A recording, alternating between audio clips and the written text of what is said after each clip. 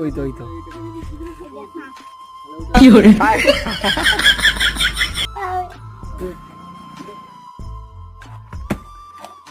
কালকে বজ্রপাতন পড়েছে, আজকে তোমার পা বচন হয়ে গেছে।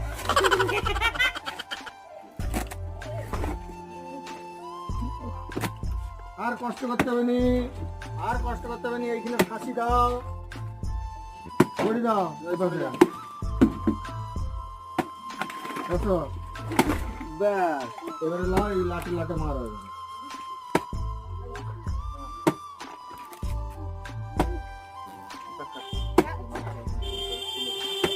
এইটাকে তো সরাই, এটা তো সরাবো।